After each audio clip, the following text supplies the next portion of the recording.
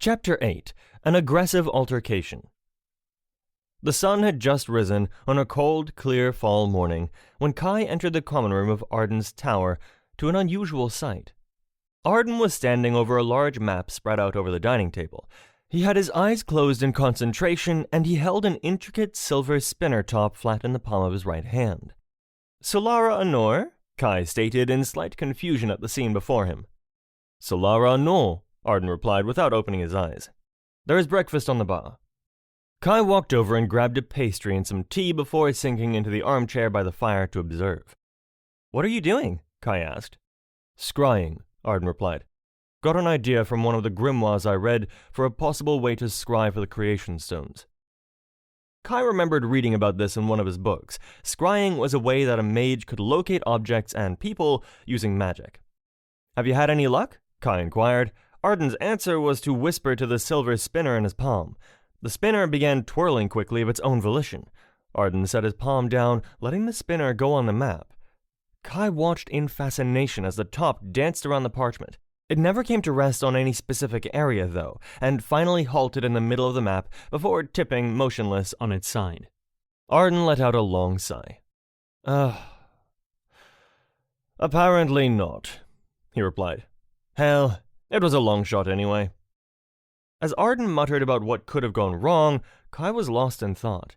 He kept replaying the interaction he had had with the female elf several nights prior and the reactions he had received from the other mages since his arrival. Granted, it was not anything he hadn't expected and certainly was not going to deter him from becoming a mage. Still, to be so at odds with those who were supposed to be allies, it rather reaffirmed the point that no matter how talented he might become in the craft, Kai would never be accepted as a mage by others. It seemed this path he walked was going to be straight uphill. "I'll take that as a no," Arden proclaimed. Kai instantly snapped out of his train of thought, realizing the statement was directed at him. "Sorry?" he asked his master. Arden held up the spinner. "I said, would you like to try scrying?" he repeated. Arden studied Kai's face a bit more closely, adding with a slight scowl, "You okay, kid?" Kai shook his head slightly, trying to rid his mind of doubt in the process. "Fine," Kai added, rather robustly as he quickly rose from his seat and walked over to where Arden stood. Arden handed Kai the spinner, noting, "The trick is to focus completely on what it is you wish to find. Of course, you'll also need a piece of what it is you're looking for. For that, we'll start with something simple." Arden pulled a herb from a vase by the window. Thanks to Arden's apothecary lessons, Kai instantly recognized it as thistle. Arden placed the herb in Kai's left hand while instructing him on how to hold his palm flat with the spinner in his right. "Now, I picked that herb from the forest surrounding the castle," Arden stated. "Your job is to tell me from where. Focus on what you want to find and speak the word Invenia." Kai nodded, closing his eyes and concentrating. He focused on the herb, pouring as much energy into the spinner as he was able, willing it to point the way. Kai whispered the word and could feel the spinner warm in his hand, slowly beginning to turn faster and faster. When it was nothing more than a blur, Kai lowered his hand to the map. The spinner coasted along the map with purpose, coming to rest in circles around Calum Vallis. After several laps surrounding the castle, the spinner froze its position on a small patch in the western woods. Kai looked to Arden, curious if he had located the correct spot. Arden responded with a nod and a smile. "Very good." Kai smiled back, admittedly proud of himself for accomplishing a magical task on the first try. He was getting better at casting, noticing that while magic tasks still drained him, it was getting more tolerable. "Scrying is a very useful skill," Arden added. "You will use it often." "Have you used it to locate people?" Kai inquired. Arden nodded. "Yes, though it's a bit tougher. To locate a person, you require an object with a strong emotional attachment to them or a bit of their blood. And those objects, as you might guess, aren't that easy to come by if the person is already missing." Kai thought the bit of blood part would be especially difficult, and you would have had to know the missing person well to know of an object that held a strong emotional attachment for them. But maesters have been able to help locate people that have been abducted or missing using scrying. In truth, it is the most common request the council sees, Arden stated. "Can you hide from someone scrying for you using magic?" "You can. It can be tricky, but you can cast a glamour or a cloaking spell in order to hide from a mage scrying for you. However, if the mage has any of your blood, they can cast a tracking spell. Then it is practically impossible to hide. Kai had read about glamours and cloaking spells in the library. A glamour consisted of changing your appearance so completely as to convince onlookers that you were, in fact, another person. Cloaking spells consisted of carving magic symbols into the ground to hide a large area from detection. Arden's amulet glowed for just a moment as he communicated in silence with someone. He collected the spinner from the table and folded the map back into the bookshelf beside the potion table.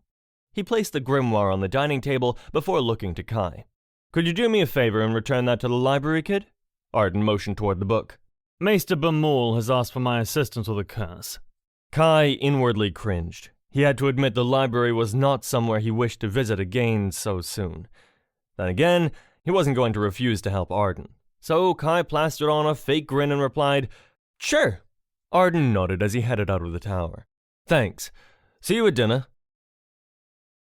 Kai was crossing the courtyard later that evening to return the tome. He was thumbing through it as he went, hoping that if he understood more of what Arden was looking at, maybe he could assist in the search. As he rounded the southeast corner of the castle, Kai saw 3 young elven men talking to each other in a circle, one with sleek red hair and blue eyes with a pointed chin and high cheekbones, one with short brown hair and green eyes and a turned-up nose, and one with mid-length blonde wavy hair and brown eyes and a protruding brow. All 3 snapped their attention to Kai as he passed them. Kai gave a respectful nod of his head, but the elves merely sneered in response. In a quick, fluid movement, the red-headed elf rushed out and stopped directly in Kai's path.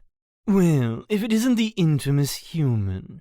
Hadn't seen it around the castle. Was beginning to think it was a myth," he said to his cohorts.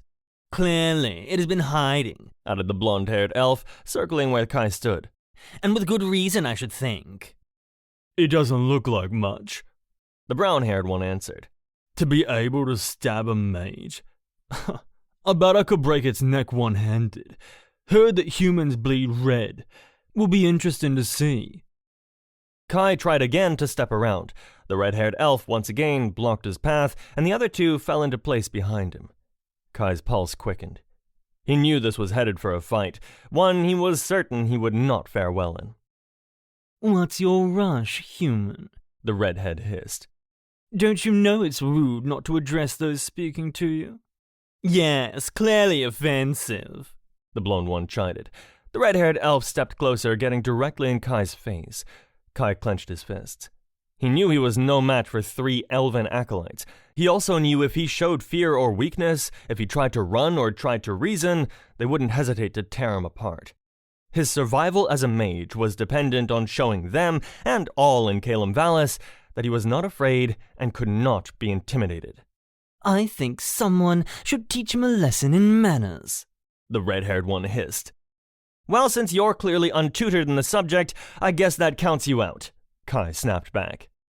The 3 elves actually seemed taken aback. That a mere human would dare to speak to them like that was something they were clearly not accustomed to. Obviously, they had been expecting him to cower. Kai used their momentary surprise to step around the red-haired elf and continue on his way. But he had not taken more than 10 steps before he heard a shout from behind him. "Fulmira!" Kai's body reacted purely on adrenaline and instinct, whipping around in an instant, dropping the book and shouting, "Agira!" just in the nick of time. The shield spell did the trick, warding off the lightning spell before it struck Kai, but also pushing him back a good 6 feet. Kai fought to keep his stance and managed to remain standing. This elf's attack was weak in comparison to Arden's. Kai quickly dismissed the barrier spell and readied his defensive stance should the elf throw another attack spell his way. The other 2 spread out in formation around the 3rd elf, preparing to attack Kai from all sides. Kai quickly started running through the scenarios in his head, trying to figure out how he was going to defend himself. Just as the red-haired elf readied another spell, a voice cut through the tension. "What is going on here?" Kai turned to see Maester Valor standing behind him, looking on like some bored spectator. The 3 elves quickly abandoned their attack stance and bowed to the High Council leader. Kai followed suit, grateful for the distraction. "You all know the rules," Valor continued. "Sparring is to take place on the dueling ground. would you mind explaining to me why you are exchanging spells out here? The red-haired elf stepped forward. Apologies, Maester. We did not mean to break the rules. We were merely reacting. Valor's eyes squinted. Reacting? Reacting to what? The human, my lord, replied the red-haired one. We were all simply minding our own business when the human walked by and suddenly attacked us. Kai's head snapped up from his stooped stance and glared at the red elf in disbelief. Lying bastard! Valor raised an eyebrow. Really? He then turned to Kai. Is this true? Did you attack them, human? Kai bowed his head back down respectfully before replying, No, my lord. Ah, so you are calling my acolyte a liar? His acolyte? So the red-haired elf that struck first was Valor's protege? That certainly explained his winning personality. I am saying he is mistaken, my lord, Kai responded, figuring this was the most tactful way to tell Valor that he was spewing nonsense. Is that so? Valor replied. He then turned back to the red-haired elf. Are you mistaken about the events, Théoden? Théoden merely smiled back smugly. No, my lord, I am not. Ah, well there you have it, Valor replied. He says he isn't mistaken, so either you attacked my acolyte, or you are calling him a liar. Which is it? He is lying, but what good would declaring it do? Kai thought. Everyone here already knew he was lying, but Kai's word wasn't worth the earth elves tread upon, and they damn well knew it. He was already known as the unhinged human that stabbed an honored goblin maester. Arden had told him that Valor had been tireless in investigating the ruins of the manor, looking for any witnesses to prove that Kai was an untrustworthy brute who had attacked Umbree and misled Arden. In his mind, clearly, attacking an acolyte out of the blue wasn't outside his abilities. Either way, Kai was guilty, truth be damned. Valor stepped closer to Kai, a small grin spreading from his mouth. I'm waiting, human. Are you calling my acolyte a liar? Kai lifted his gaze to meet Valor's.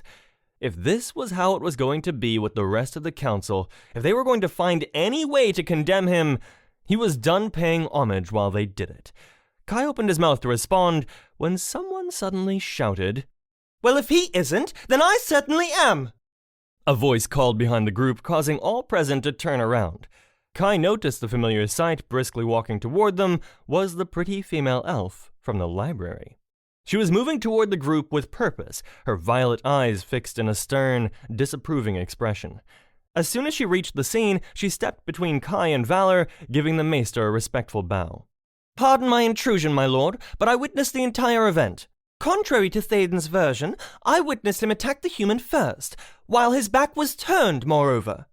She then shot a scathing look at Théoden, adding, A most cowardly act indeed. Théoden looked dumbfounded, and he wasn't the only one. It seemed to be an emotion shared by all men present. His cohorts were standing with their mouths open, frozen in a state of shock. The female elf focused her attention on Valor. Seeing as you are his maester, I knew you would want to be made aware of his tactics, so he might be properly instructed in the ways of dueling. Valor sneered. Take care, my dear, he growled. One might think you were dictating to a maester on the training of his acolyte. The female elf gave another respectful bow.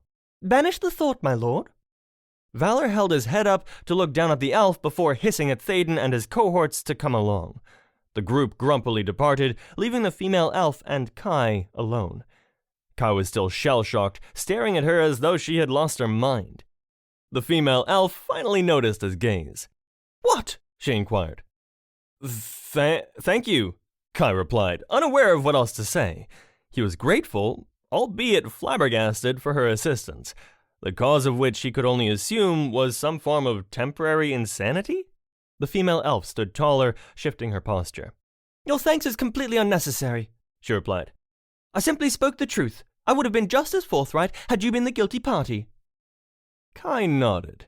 Even if she had just told the truth, it had been more than anyone else present had been willing to do on his behalf. The elf turned her attention back to her surroundings before adding, Still, I was impressed you were able to successfully fend off Théoden's attack. Oh yeah? Kai responded. Arden thought it was important I learn defensive spells. I can see he was right. There was an uncomfortable silence that fell over the two of them, neither knowing what to say to the other. Kai was taken off guard by the shift in her demeanor. She had been cursing him when they last met, defending him now. He wasn't sure what had sparked the change in her, and he was cautious of saying the wrong thing that might shift the winds yet again. Kai bent down and picked up the book he had been carrying from the ground. "Well, I believe my master is currently expecting me," he began, thankful to escape the crushing silence. Kai gave a deep bow to the elf before adding, "Thank you again for your assistance, my lady," before turning to take his leave. "Sire!" Kai stopped and looked back. "My name," the elf said, clarifying his confusion. "We are both acolytes, after all. Hearing you address me in such an honorific way is odd. You may call me Sire." Kai paused for a moment before replying. "I see. Then please call me Kai." Saya nodded in agreement. "Well, I must be going, but thank you for your help, Saya." "Think nothing of it, Kai." Saya turned and started heading back to the castle as Kai continued on his trek. As he walked on, he felt a little more hopeful. He might still be public enemy number one with the masses, but it seemed as though some headway was being made with at least one of his fellow acolytes. It was a very small victory, but he'd take it. Umbree was nervously standing in front of a pool of water in the cave. The water was tinted green with his blood. A summoning pool was an outdated form of communication, but without an amulet, his options were limited. After weeks of discussion, he, Tora, and Balthier had finally formed a solid plan for retrieving the stone. The question is, would Orin be on board with it? Not only that, would he be willing to lend Umbree assistance? If Umbree was asking too much, it could very well spell his end. The water started to ripple as Umbree snapped his attention toward it. "Umbree?" Orin's eerie voice filled the cavern. Yes, my lord," Umbree stuttered. "Thank you so much for responding to me. I do apologize for the form of communication. If I had any other way of reaching out, "What do you require?" Orin interrupted, his tone stressing that Umbree get to the point. Yes, my lord. I believe we have come up with a way to get inside Calum Vallis. We have a contact on the inside who can get us inside the castle to secure the stone, bypassing the magical defenses." "That is wonderful news, my friend," Orin stated. Clearly, he was bored that Umbree was reaching out for any other reason than to report success. "Yes, it is," Umbree continued nervously. "The only thing is, the stone is not in the location we believed it to be. We can search for it, but that would involve pulling the mages away from the castle." "And how do you intend to do that?" "Well, that would require a distraction." "What kind of distraction?" Umbree shifted uncomfortably, not really wanting to continue his thought, but having no choices left. Taking a deep breath, Umbree stated, "A large one, my lord? I would require your assistance." Orin was silent for a long while. "I seem to be offering a lot while getting little in return, Umbree," he finally replied. Umbree cringed. Orin's irritation was noticeable. Umbree knew he had to offer something to placate him. He had been holding on to some information in the hopes he could use it as a bargaining chip to gain more power from Orin after he fulfilled Umbree's wish, but Orin's patience was thin. If he didn't offer something of value, he would receive nothing in return. "If you are willing to assist, my lord, the mages being pulled away would not only help me find the Windstone, but also help you gain a second prize." "And what would that be?" "A creation stone, my lord. I know the location of another."